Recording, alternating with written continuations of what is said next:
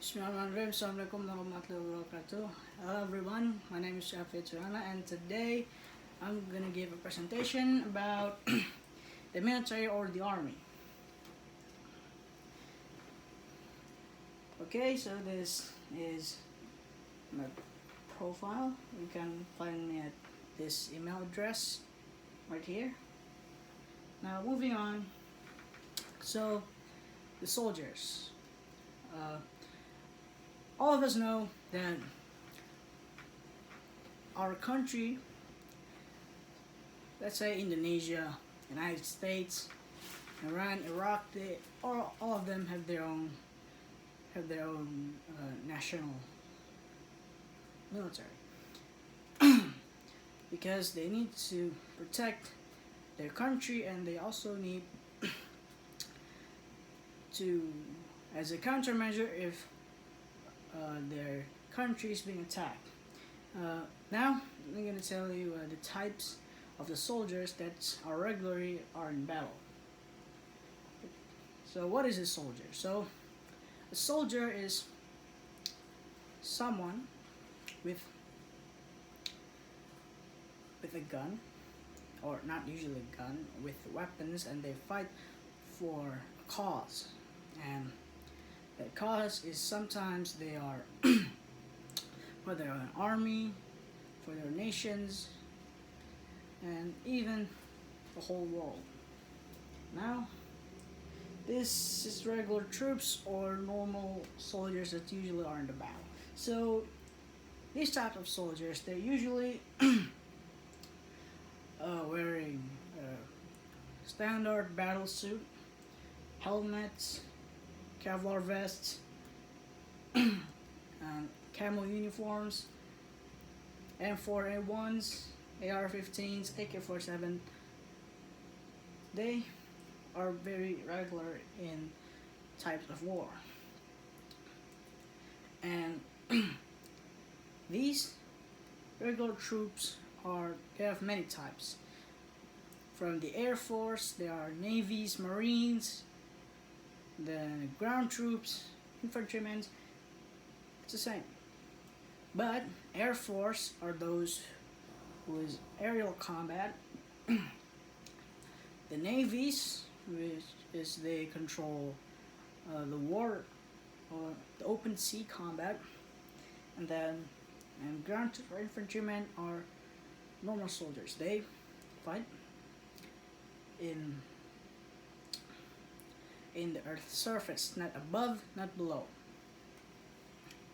Okay, so and then moving on, we have snipers. So snipers can become a game changer in most of wars. Those who is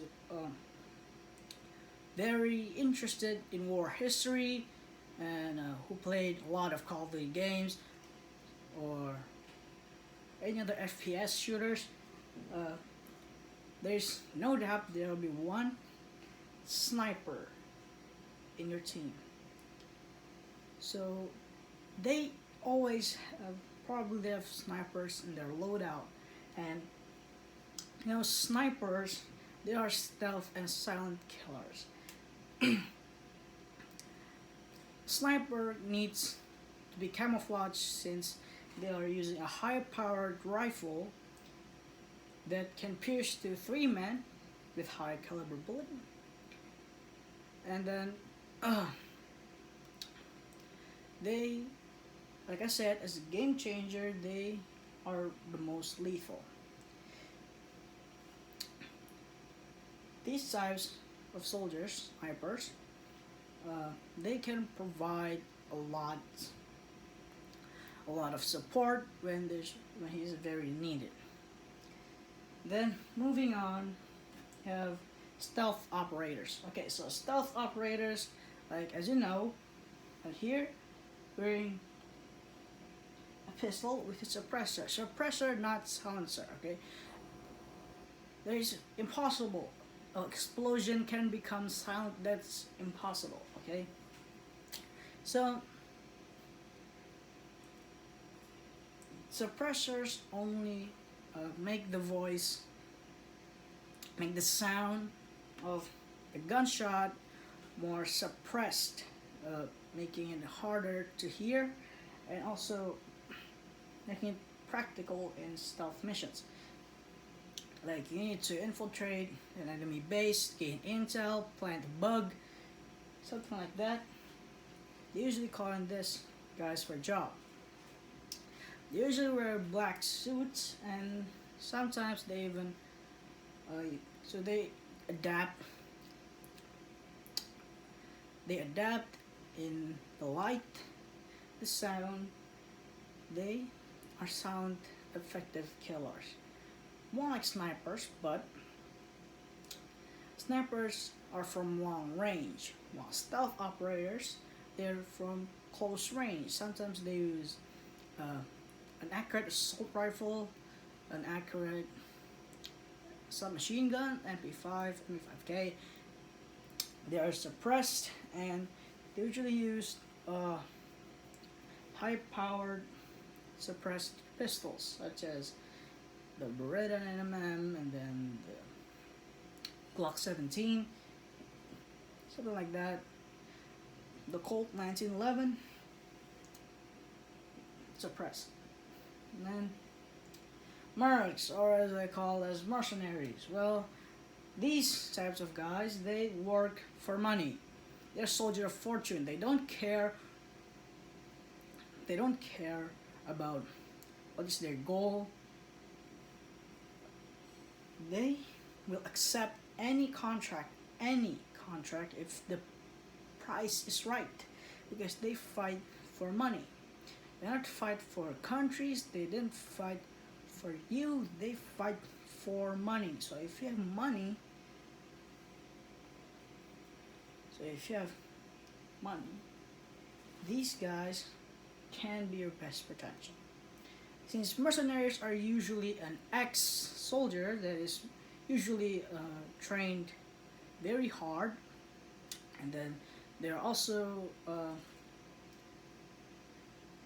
very deadly in their own ways, such as the mercenaries are usually are approved by their own nations, so they are official mercenaries, and like usually are private forces of some kind.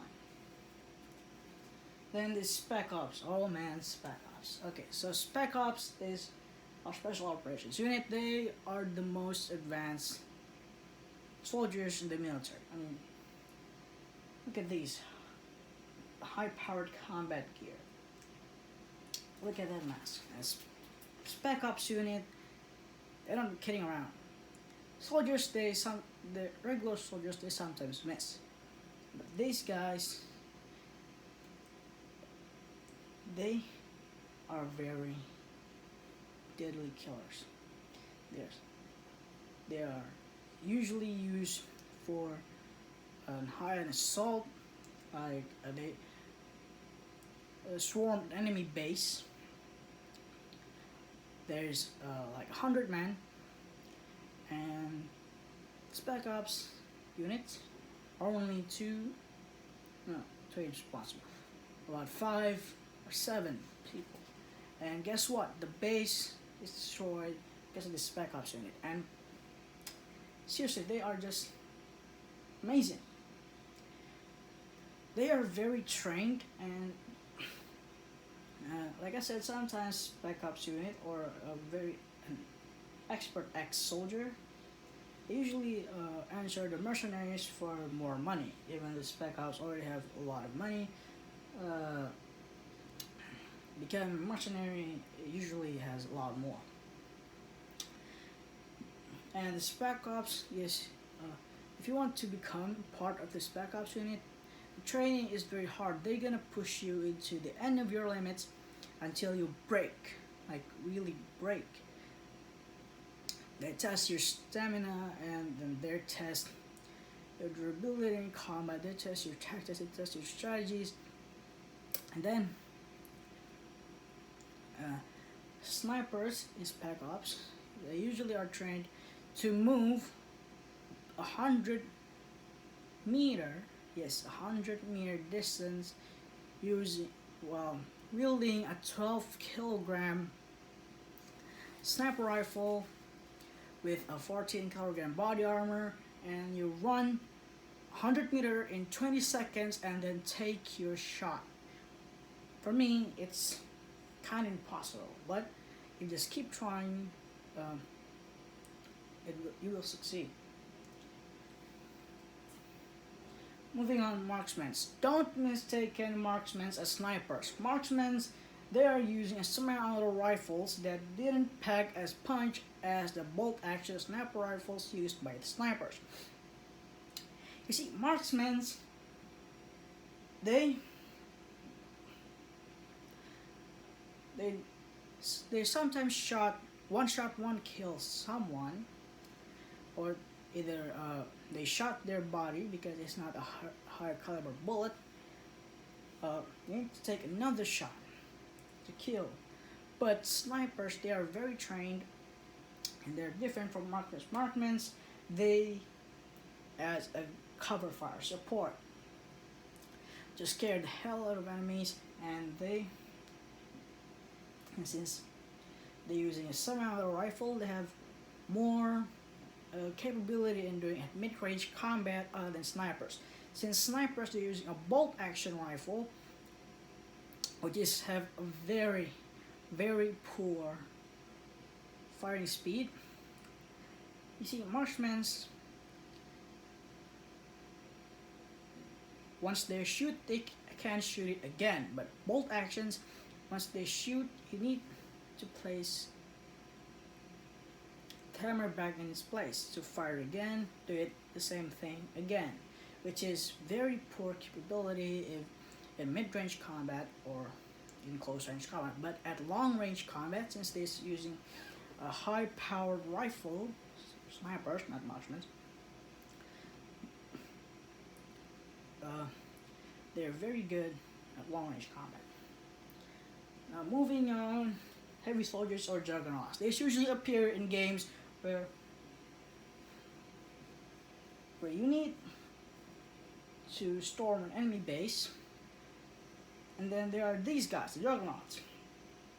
They equip a heavy amount of firepower, and they are very hard to kill. They have a very powerful body armor, and they usually equipped a minigun, a machine gun, or RPGs, grenade launchers, everything that is very heavy. And even with those things, they can even carry a minigun with only one hand. Like in Call of Duty Modern Warfare Mobile, these heavy soldiers, they are only can be called heavy soldiers because they're using the XS1 Goliath as a score streak, which is you need to achieve about 100 points, I guess, to unlock XS1 Goliath. Call it down. Once it dropped, you get into the XS1 Goliath pod, and then you'll become one of these tough soldiers that is very hard to kill, and they're fearsome, and these guys is always the game changer in battles. But moving on, Dark Troopers. So if there's usually a lot of soldiers in the urban warfare where they're carrying dogs. Yes, they're usually carrying dogs to spot their enemies, and then to making their masters or the soldiers that own the dogs get an ambush, since that's what they're doing. And since dogs can become one very useful asset in combat where your enemy is hiding, the dog troopers, or these combat suited dog, they will sniff out the enemies. The dog will tell their position, and you can shoot them. That's what the dog troops doing. Okay, then, moving on. Shotgun troopers. Yes, shotgun troopers. They are very deadly at close range, but they but they are not as a threat in mid-range combat, except they are using uh, shotguns that is capable of mid-range combat. So shotgun using a shells, and that shells contained balls of iron, and once you shoot, it will spread. It'll spread. That's why shotguns are very poor choice in long-range combat. But you can compensate the spread of the shotgun using special equipment. But these guys, they're usually carrying light armor so that they can run faster, and then that they can flank the enemies when very needed at close range.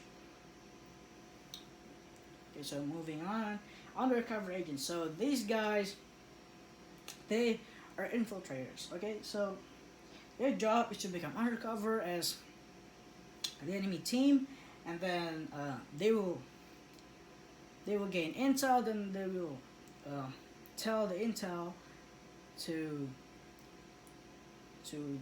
our team, like Iran and the United States. United States sends its undercover agents or mole infiltrators into the Iranians, and then the Iranians believe it.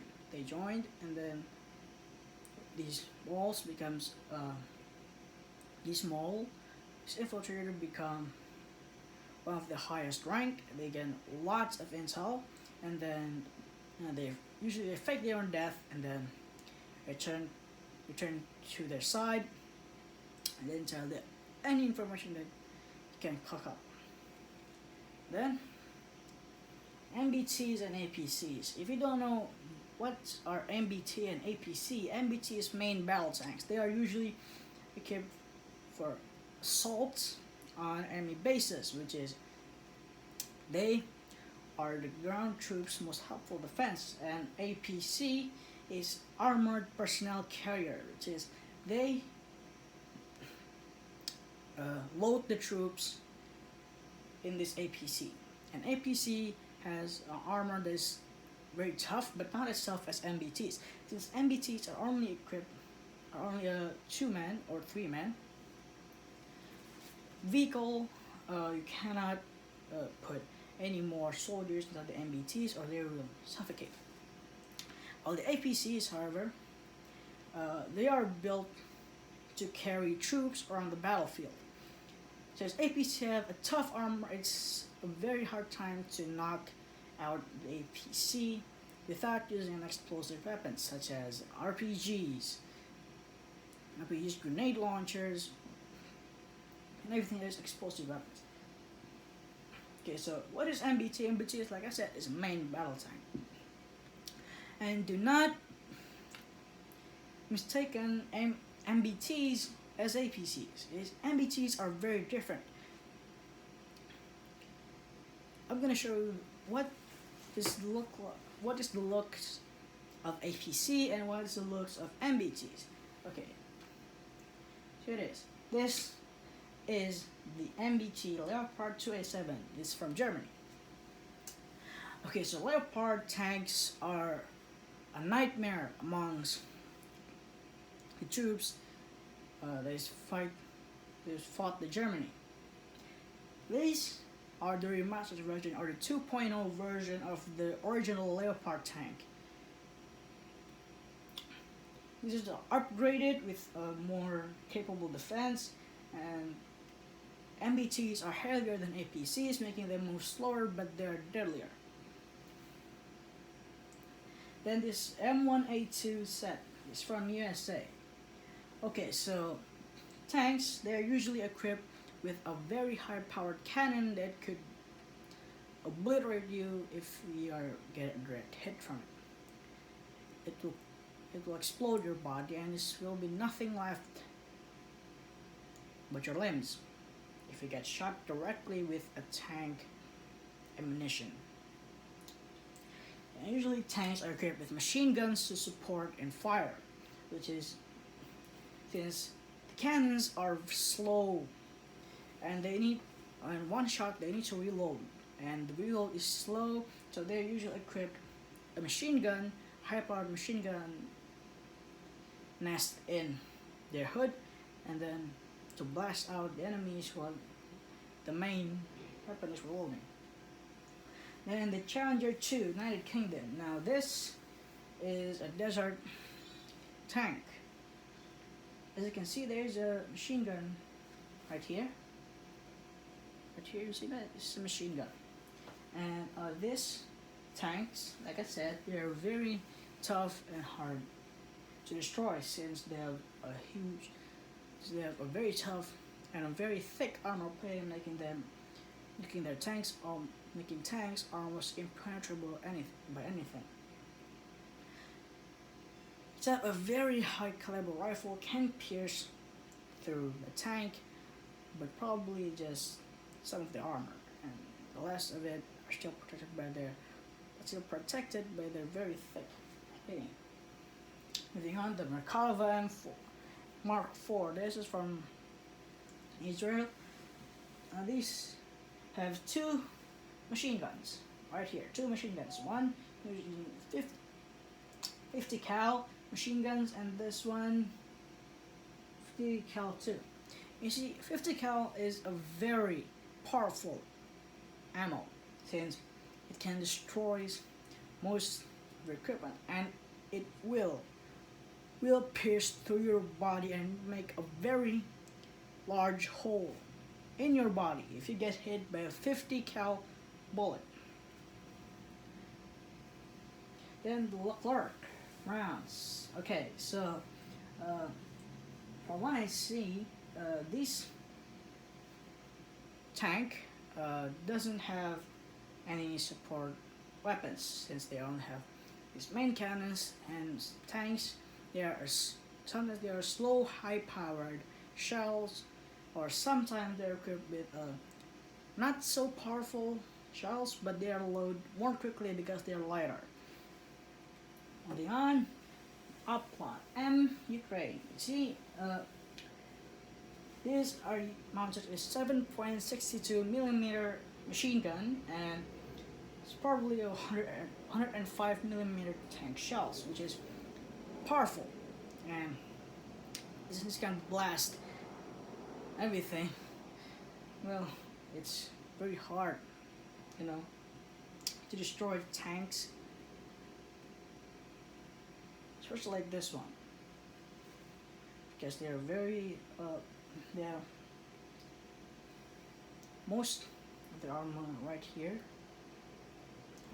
it's nearly impossible for someone to prone there and then place an explosive, which is usually part under the hood right here under the tank. It's usually their engine.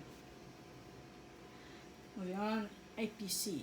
Like I said in the earlier, APC is armored personnel carrier, which is they carry military personnel from one place to another, and using APCs as a countermeasure if they are getting ambushed. Since APCs, they have their own weapon, but they are not as powerful as tank weapons. So let's check it out. This is MVXP Finland. You see, the difference between tanks and APCs. APCs mostly using wheels, making them more fast, and they also have strong steel armor. And they also have an anti-air rocket launchers. Now this is a game changer if you want to get bombarded. What you do is just walk onto an enemy ship, you shoot, and the missiles will walk onto the ship until it explodes or it doesn't have enough power. And then the Lav 6.0, it's from Canada, and you see these in the front they're more like jeeps. Okay, now they're using a light cannon that fires explosive rounds at a higher fire rate than tanks.